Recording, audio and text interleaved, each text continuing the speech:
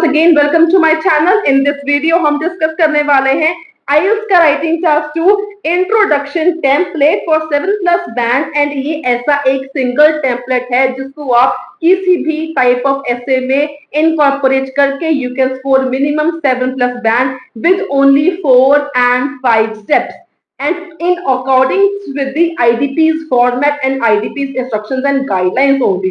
ये बहुत बड़ा क्वेश्चन होता है, क्वेरी होती है स्टूडेंट्स की कि मैम राइटिंग टास्क की इंट्रोडक्शन ऐसे कैसे लिखें। हर एक क्वेश्चन की डिफरेंट होती है, कोई ऐसा सिंगल फॉर्मेट या सिंगल टेम्पलेट जिसकी हेल्प से आईडीपीज की इंस्ट्रक्शंस भी फुलफिल हो जाए, आईडीपीज की गाइडलाइंस ब्रेक भी ना हो एंड हमारे 7+ बैंड भी आ जाए। So this is one of the most important and beneficial videos I have come up with। ये सारी चीजें इतनी ज्यादा इंपॉर्टेंट है कि अगर आप बेशक पहली बार भी एग्जाम दे रहे हो या even you have given it multiple times and you haven't scored your desired bands yet, so this one of the videos for writing task 2 will solve all your problems regarding the introduction। And before I start, let me tell you that introduction is the face of your essay। अगर आपकी introduction impressive होगी तो वहीं पर examiners आपके band guess कर लेते हैं। अगर कम भी है तब भी वो गेस कर लेंगे कि जो ऐसे आपने लिखा है वो किस लेवल का हो सकता है। सो आपका मेन स्कोर, मेन टारगेट जो है डिपेंड करता है कि आपकी इंट्रोडक्शन कितनी ज्यादा बेनिफिशियल है, कितनी ज्यादा आपकी इंप्रेसिव है, right. So along with this template मैं आपको सैंपल आंसर भी इसका सिखाऊंगी कि आपने इन टेम्पलेट को यूज कैसे करना है in the questions with the help of the sample answer also.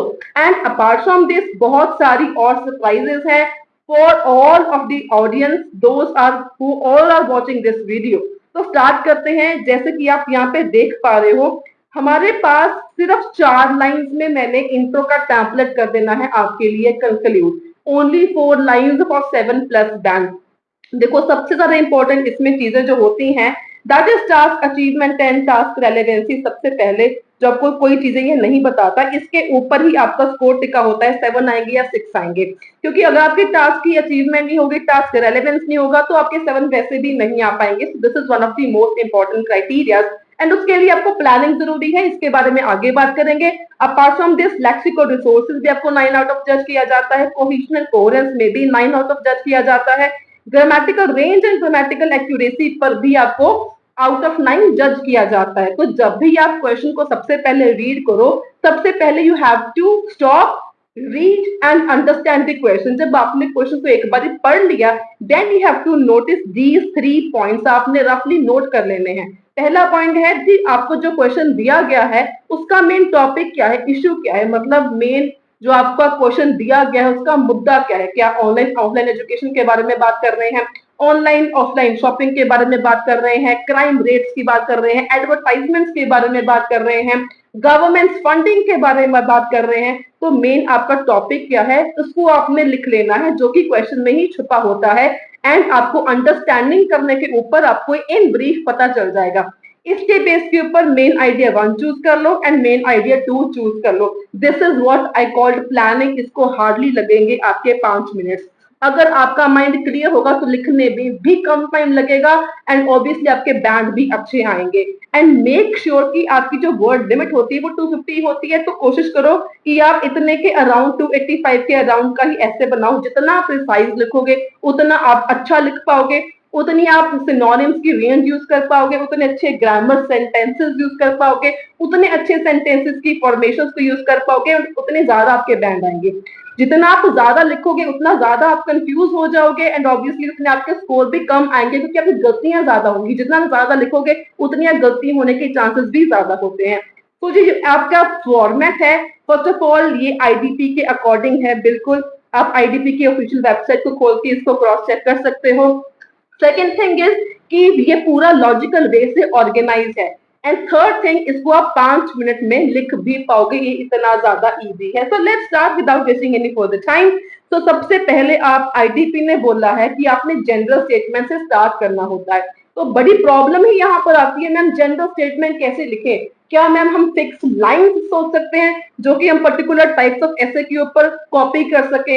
तो आपकी प्रॉब्लम का सोल्यूशन अब यहाँ पर है। आपको स्टेटमेंट्स को क्रैम भी नहीं करना पड़ेगा एंड आपको ज्यादा सोचना भी नहीं पड़ेगा, येट आप एक इंपैक्टफुल जनरल स्टेटमेंट लिख पाओगे इस टेम्पलेट की हेल्प से। सो आपने स्टार्ट कैसे करना है, द इशू ऑफ, जो मैंने ब्लू में लिखा है दैट मीन्स वो आपने कॉपी करना है, सेम टू सेम लिखना है, इसमें आपने कोई चेंज नहीं करना है। सो अगर आप पहली बार ही प्रिपेयर कर रहे हो for your IELTS writing task 2 to make sure इस वीडियो को आपने एंड तक जरूर देखना है, क्योंकि इस वीडियो में सैंपल के साथ और काफी सारी चीजें हैं जो मैंने आपको बतानी है।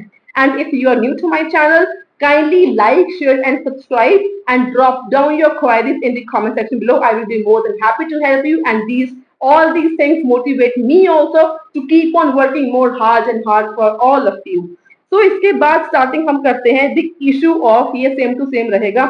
इसके बाद टॉपिक या इशू जो भी है इसमें आपने वो फिट कर देना है, जैसे कि हमने तभी इसको पहले प्लान किया था कि मेन टॉपिक क्या है, ये आपने पहले ही लिख लेना है before you start with the writing task 2। ठीक है, द टॉपिक ऑफ, उसके बाद जो आपका मेन क्वेश्चन है इसके यहाँ पर आपने उसको फिट कर देना है। Has become a significant topic of discussion in recent times, in recent years, in today's time, in today's modernized era, in today's globalized era, in today's digital era। जो मैं वर्ड्स बोल रही हूँ उनको you can note it down as their synonyms, आप इसके synonyms use करके भी इसको बना सकते हो। And even they are very flexible, these templates are very flexible, you can modify these sentences according to the question, according to your demand। सो यहाँ पर जो मैंने ब्लू में लिखा वो सेम टू सेम रहेगा, फर्स्ट लाइन एग्जैक्टली सेम रहेगी, बस यहाँ पर जो आपका क्वेश्चन का मेन मुद्दा था वो आपने यहाँ पे फिट कर देना है। इसके बाद सेकेंड लाइन होती है आपकी रीफ्रेजिंग द क्वेश्चन। अब यहाँ पर भी प्रॉब्लम आती क्या है कि हमने इसको रीफ्रेज कैसे करें कि बहुत इजीली हो जाए और मिस्टेक्स भी ना हो। सबसे ज्यादा मिस्टेक्स ही आप लोगों की होती हैं रीफ्रेज में। सिनोनिम्स को हमेशा डाल देना, सिनोनिम्स जितने ज्यादा आप लोग यूज करते हो ना, समटाइम्स आप यूज कर देते हो इनफॉर्मल सिनोनिम्स, जो आपके बैंक स्कोर को अगर 7 आने होते हैं वो 5.5 रह जाते हैं सिर्फ आपके इनफॉर्मल वर्ड्स की प्रॉब्लम की वजह से। ये प्रॉब्लम सॉल्व कैसे होगी, with the help of this template. So while some people believe that, ये चीज आपकी सेम टू सेम रहेगी, कुछ भी आपने इसमें चेंज नहीं करना। इसके बाद व्यू 1 डाल देना है, प्लस उसका आपने एक रीजन डाल देना है। तभी हमने यहाँ पर प्लानिंग करी थी मेन आइडिया 1, मेन आइडिया 2 आपने पहले ही लिख के नोट्स बना लेने हैं, प्लान आउट पहले ही आपने कर लेना है। While some people believe that, view 1 डालोगी, उसके बाद उसका रीजन दे देना है आपने। अदर्स आर्ग्यू दैट, व्यू 2 डाल दोगे, इसका रीजन दे दोगे आप साथ में, क्योंकि हमने ये प्लानिंग पहले कर रखी थी। टॉपिक क्या है, मेन आइडिया 1 क्या है, मेन आइडिया 2 क्या है, ये आपकी तभी मैंने प्लानिंग करवाई थी, क्योंकि इसको आपने यूज करना है in your first general statement and in your second rephrasing वाली स्टेटमेंट में। इसके बाद आपका आ जाता है ओपिनियन। अगर आपसे ओपिनियन पूछा गया है तब भी ये लाइन आएगी, अदरवाइज ये लाइन आपकी नहीं आएगी। ठीक है, अगर पूछा गया है तो आपने लिखना है in my opinion, same to same comma डाल दोगे। इसके बाद you have to state your opinion in brief, short में जो भी आपका ओपिनियन है क्वेश्चन को लेके उसको आपने यहाँ पे फिट कर देना है। उसके बाद लास्ट हमारी आती है थीसिस लाइन। थीसिस मतलब होता है कि आप ऐसे में आगे क्या लिखने वाले हो उसको आपने बताना है। So this essay will highlight, this essay will discuss, this essay will explain dash dash dash, जो भी आपका क्वेश्चन है उसके अकॉर्डिंग आपने फिट कर देना है। सो ऑल इन ऑल इसका फॉर्मेट होता क्या है, you have to start with the gender statement, you have to rephrase, इसके साथ आपने अगर पॉइंट्स दे दिए दैट मीन्स आप अपनी यहाँ पे पोजीशन को स्टेट कर रहे हो। योर ओपिनियन अगर पूछा गया है तो, अगर नहीं पूछा गया तो ये लाइन नहीं आएगी, एंड एंडिंग में आ जाती है आपकी thesis statement. So this is the template, this is the format. अब हम इसको समझेंगे एक सैंपल की एंड क्वेश्चन की हेल्प के साथ। बिफोर मैं सैंपल को आपको समझाऊं, थोड़ी सी चीजें और डिस्कस कर लेते हैं। जब राइटिंग टास्क 2 लिखना होता है, जो प्रॉब्लम्स कईयों को आती हैं वो क्या है, सबसे पहले आइडियाज नहीं जनरेट होते, आइडियाज नहीं आते। सेकेंड, वोकैबुलरी आपको इतनी अच्छी नहीं आती। सिनोनिम्स, कौन से वर्ड लिखने हैं, कौन से वर्ड फॉर्मल है, कौन से वर्ड इनफॉर्मल है, आपको सिनोनिम यूज करने के बाद भी बैंड क्यों नहीं आ रहे हैं, ये प्रॉब्लम है। कोलोकेशंस, कईयों को पता ही नहीं होता व्हाट आर द कोलोकेशंस, तो ये प्रॉब्लम आती है। एंड इसके साथ जो हम मटेरियल प्रोवाइड करते हैं, स्पेशल हमारी पीडीएफ है जिसमें काफी सारे क्वेश्चंस हैं, हमेशा हमारी पीडीएफ में से ही एग्जाम में क्वेश्चंस रिपीट होते हैं 100%। लास्ट टाइम 24 मई को 7 जून को भी जो एग्जाम हुआ था, CD based, pen and paper based, academic and general training, task 1 and task 2 both were from our PDF, from my material, जो हमने स्पेशली डिजाइन किया गया है। इन exams of point of view को सोच के समझ के। सो अगर आपको भी इन सभी चीजों में प्रॉब्लम आती है तो what you can do is you can purchase my writing का स्पेशल क्रैश कोर्स। इसमें आपको क्या मिलेगा, टास्क 1 एंड टास्क 2 की सारे क्वेश्चंस की पीडीएफ जो ज्यादातर रिपीट होते आ रहे हैं एंड आगे भी रिपीट होंगे एंड इन्हीं में से एग्जाम आता है। इसके बाद लिस्ट ऑफ वोकैबुलरी मिलेगी, सिनोनिम्स भी मिलेंगे, कोलोकेशंस भी मिलेंगी जिनको आप यूज कर सकते हो। इसके अलावा आपको टेम्पलेट्स भी मिलेंगे इन दी पीडीएफ फॉर्मेट एंड सैंपल्स जो मेरी प्लेलिस्ट में है, जो मैंने काफी टाइम से इसकी मैंने प्रिपरेशन में कर रही थी and this is the most important. अगर आपने राइटिंग टास्क 2 का इतना मटेरियल भी कर लिया ना, then you can score minimum 7 अगर आप इतनी चीज भी कर लोगे। And this material is available at just ₹99। Writing का क्रैश कोर्स सिर्फ 99 रुपीज में अवेलेबल है। This is the lowest and the best material by the most famous your famous Aman ma'am and ये आपको हेल्प कर सकता है डिजायर्ड स्कोर्स को अचीव करने के लिए। What you have to do is you have to just like, share and subscribe to my channel. Drop me a message on WhatsApp number that is displayed on the screen and I will share you the complete crash course and also I will address your queries as well. तो अब start करते हैं sample की help से। हमने जो template लिखा था उसको हमने कैसे करना है इनकॉर्पोरेट। तो बेसिकली आज हमने लिया है डिस्कशन टाइप ऑफ ऐसे। So don't miss this video, आगे बहुत सारी चीजें और स्टिल मैंने आपको बतानी है जो बहुत आपके लिए इंपॉर्टेंट है अगर आपने भी मई जून के मंथ में एग्जाम को बुक करके रखा हुआ है। तो the question says some people think that it is better to educate boys and girls in separate schools while others believe that boys and girls benefit more from attending mixed schools। मतलब कई लोग ये कहते हैं कि boys and girls को अलग अलग स्कूल्स में पढ़ाना चाहिए, एजुकेट करना चाहिए, लेकिन कुछ अदर्स आर्ग्यू करते हैं कि बॉयज एंड गर्ल्स को अगर एक ही स्कूल में अटेंड करेंगे तो ज्यादा बेनिफिट हो सकता है। Discuss both views and give your own opinion. ये डिस्कशन टाइप ऑफ ऐसे है, ओपिनियन टाइप ऑफ ऐसे ये एग्जाम में आया था 24 मई को, डिस्कशन टाइप ऑफ ऐसे ही आया था। So this is one of the most important essays जिसको आपने मिस नहीं करना है एंड 5 मिनट में आपने कैसे लिखनी है intro, just have a look here. So templates की हेल्प से ही हम लिखेंगे। अगेन जो भी मैंने ब्लू कलर में लिखा है वो टेम्पलेट है, जो ब्लैक में है वो फिट किया हुआ है ऐसे के अकॉर्डिंग। अब let's have a look the issue of, ये हमारा टेम्पलेट था। इशू अब क्या था, इस पैसेज का मेन क्वेश्चन था कि एजुकेशन कैसे देनी चाहिए बॉयज एंड गर्ल्स को, क्या प्रोवाइड करना चाहिए या सेपरेट सेपरेट स्कूल्स में अटेंड करना चाहिए। So the issue of how best to educate children. अब सिनोनिम्स बहुत ज्यादा इंपॉर्टेंट है। अगर आप चिल्ड्रन को किड्स लिखते हो, इन्फेंट्स लिखते हो, यंग वंस लिखते हो, टोडलर्स लिखते हो, किंडर्स लिखते हो, देन आपके 5.5 से ज्यादा बैंड नहीं आएंगे। आपकी 5.5 बैंड तक ही आपका ये लेवल है। अगर आपको इसके ऊपर अपना लेवल को एलिवेट करना है सो आई स्ट्रॉन्गली रेकमेंड कि सिर्फ 99 रुपीज का क्रैश कोर्स है। इससे कम प्राइस में आपको इतना बेस्ट मटेरियल कभी भी कहीं पर भी नहीं मिलेगा, जहां पर मैंने सारा कुछ एक्सप्लेन किया हुआ है आपने सिनोनिम्स कहां पर कौन कौन से यूज करने हैं। Basically you have to use only formal words, only formal language.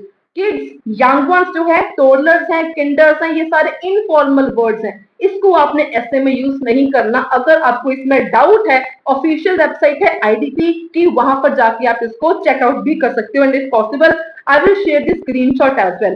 So okay, मैंने यहाँ पे फिट कर दिया क्वेश्चन का टॉपिक क्या आता है, how best to educate children, इतना टॉपिक होता है इन ब्रीफ। आगे टेम्पलेट है आपका, has become a significant topic of discussion in recent years, in recent times. ये सारा का सारा मेरा टेम्पलेट था, मैंने आपको शो किया इसके पहले।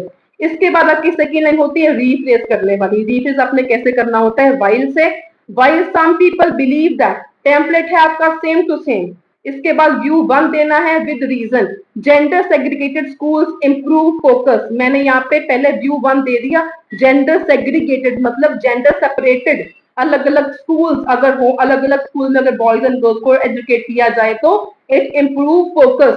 तभी मैंने कहा था प्लानिंग करो, main idea 1, main idea 2 and आपका टॉपिक क्या है, क्वेश्चन का मेन इशू क्या है। अदर्स आर्ग्यू दैट, अगेन आपका टेम्पलेट आ गया, उसके बाद व्यू 2 आएगा प्लस इसका रीजन आएगा। Mixed schools foster social development, यही आपके आइडियाज है। एक आइडिया लेना होता है, जो आपके बहुत कॉमन होते हैं वही आइडियाज लेने होते हैं। लिखने का बस एक तरीका होता है। ऑब्वियसली अगर बॉयज एंड गर्ल्स को अलग अलग टीच करेंगे तो वो स्टूडेंट्स के फोकस को इम्प्रूव करेगा। अगर हम दोनों को मिक्स स्कूल्स में टीच करेंगे, एजुकेट करेंगे, तो ये उनकी सोशल डेवलपमेंट करेगा। मतलब बच्चे जो है वो सोशलाइज हो जाते हैं। तो मैंने क्या लिखा, फॉस्टर सोशल डेवलपमेंट। मैंने यही कहा। Selection of words, vocabulary, collocations and synonyms, ये आपके ऐसे को इंप्रेसिव बनाते हैं। एंड ये सारा कुछ आपको मेरे क्रैश कोर्स में मिल जाएंगी चीजें। इवन के सेंटेंसेस की फॉर्मेशंस वाली भी आपको लिस्ट मिलेगी विद द क्रैश कोर्स में। यहाँ पर मेंशन करना भूल गई, बट आपको सेंटेंसेस की फॉर्मेशंस की भी एटलीस्ट 4 वीडियोस हैं जो आपको क्रैश कोर्स में साथ में ही मिल जाएंगी। तो कितना ब्रीफली, कितना इजीली, कितना शॉर्टकट में हमने रिप्लेस भी कर दिया, साथ में हमने मेन आइडियाज भी लिख दिए। इसका मतलब बेसिकली ये हुआ कि BP1 में आपने बताना है कि जो सेपरेट स्कूल्स होते हैं वो इम्प्रूव करते हैं फोकस को, इसलिए ज्यादा बेटर है। मतलब फोकस को लेके आपने BP1 के आइडियाज को बनाना है। BP2 में आपने क्या करना है, जो मिक्स स्कूल्स हैं, दे फॉस्टर सोशल डेवलपमेंट, ये आपका मेन आइडिया, इसको लेके आपने आगे अपना BP2 को एक्सटेंड करना है। इसके बाद ओपिनियन पूछा गया था, तो हमने यहाँ पे लिखना है ओपिनियन। इन माई ओपिनियन, ये मेरा टेम्पलेट था। मेरा ओपिनियन क्या था, मिक्स्ड जेंडर स्कूल्स, अगेन मैंने यहाँ पे सिनोनिम्स करके रखे हुए हैं यूज, एंड इसको बोलते हैं collocations. Mixed gender schools provide a more well rounded learning experience, ये मेरा ओपिनियन था, मैंने वो ऐड कर दिया। मैंने यहाँ पे लिखा हुआ है well rounded learning experience, this is called the collocation. Two words basically that naturally go together, इसको बोलते हैं कोलोकेशंस। लर्निंग एक्सपीरियंस, सिर्फ एनहांस लर्निंग की बजाय लर्निंग एक्सपीरियंस आपने लिखोगे तो ज्यादा इंप्रेसिव बनता है। This is the keys and secrets to 7+ band vocabulary and collocations and also the IDP's given format। अपनी मर्जी आपने नहीं करनी, जो IDP का फॉर्मेट है उसको ही फॉलो करना है अगर आपको मिनिमम 7 band चाहिए तो। इसके बाद आपकी आती है thesis. This essay will discuss, ये आपका था थीसिस की टेम्पलेट की लाइन, सेम टू सेम। तो ये डिस्कशन टाइप ऑफ ऐसे था। सो दिस ऐसे will discuss both views and explain why I support को एजुकेशनल एनवायरमेंट। तो मैंने अपना बता दिया कि मैं को एजुकेशनल को सपोर्ट क्यों करती हूँ। डिस्कस करूंगी both views in the upcoming paragraph, ये ऐसे इस चीज को डिस्कस करेगा। सो ऑल इन ऑल सिर्फ ये 4 लाइंस के अंदर आपका इंट्रोडक्शन देखो कंप्लीट हो गई। जनरल स्टेटमेंट आ गई, रीफेस के साथ ही आपका पोजीशन भी स्टेट हो गई, ओपिनियन भी आ गया एंड थीसिस भी आ गई। एंड अगर ओपिनियन नहीं पूछा गया हुआ तो आपने ये लाइन नहीं लिखोगे, राइट। तो अगर आपको ये वीडियो अच्छी लगी एंड इसका सैंपल अच्छा लगा, टेम्पलेट आपको इंफॉर्मेटिव लगी एंड इजी लगी, तो इनकॉर्पोरेट इसको ट्राई जरूर करना। And obviously do let me know in the comments, क्या आपको ये सेम चीज for all different types of 5 essays, हमारे types और रहते हैं।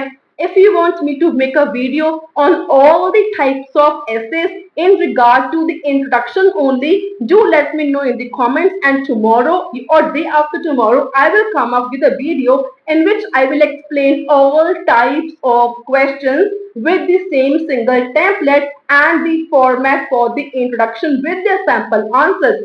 So इसके लिए you have to like this as much as you can, share this as much। आपको आज का टेम्पलेट विद सैंपल समझ में आया तो ट्राई करो। ये टास्क को आपने लिखना है एंड कमेंट सेक्शन में मुझे आपकी इसकी इंट्रो लिख के with the help of templates आपने मुझे शेयर करनी है। I will check, I will evaluate and also I will give you your band score, where you stand, आपकी प्रॉब्लम कहाँ पर है, आपने इम्प्रोवाइज कहाँ पर करना है। I will definitely reply all to दो स्टूडेंट्स जो भी इसका सैम्पल लिख के मुझे कमेंट में रिप्लाई करेंगे। So it is requested to everyone, जिसका भी पेपर है या प्लान कर रहे हो तो इसको लिखो, मुझे शेयर करो कमेंट सेक्शन में। Do like as much as you can, share and comment. Your comments, your likes and shares motivate me a lot to work even more harder for all of you to come up with the new formats, with new tricks for all the different modules. So until then, stay happy, stay healthy. Do drop your comments, do drop your answers in the comment section below. And until then, stay happy, stay healthy, and all the very best for your IELTS exam.